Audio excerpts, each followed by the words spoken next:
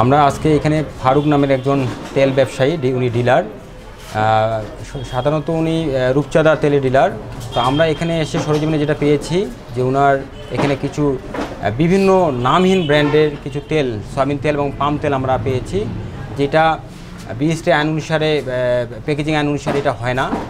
যেটা আমরা দেখতে পেলাম 450 ml, 900 ml, 1800 ml হওয়ার কথা ছিল হাফ লিটার, 500 ml, যেটা 1 লিটার, 2 লিটার, 3, 4 এইভাবে 10 পর্যন্ত এটা করা যায়। কিন্তু ইনারা পাবনা থেকে তাদের কথা মতে তারা পাবনা থেকে এই মালটা নিয়ে এসছে এবং তারা এখানে এই নীলফামারী বিভিন্ন বাজারে এটা বাজারজাত করতেছে, যেই তেলটার আইনগত কোনো বৈধতা নেই।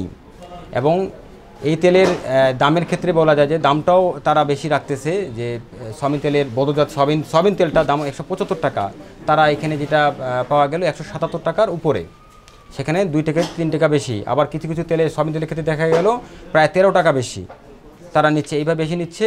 এবং এখানে পরিমাপ করে দেখা গেল সেখানেও তারা বেশি নিচ্ছে।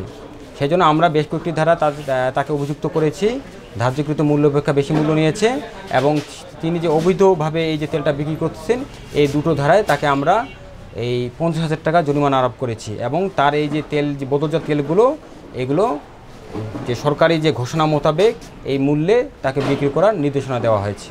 আর এই ধরনের অভিযান আমাদের অব্যাহত থাকবে। জাতীয় ভোক্তা অধিকার সংরক্ষণ অধিদপ্তরের মহাপরিচালক মহোদয়ের নির্দেশনা মোতাবেক এবং জেলা প্রশাসক নীলফামারী স্যারের নির্দেশনা মোতাবেক আজকে আমরা ডোমার উপজেলায় জাতীয় ভোক্তা অধিকার সংরক্ষণ অধিদপ্তর কর্তৃক এবং পুলিশ প্রশাসন, উপজেলা প্রশাসন কর্তৃক অভিযানে আজকে পরিচালিত হচ্ছে।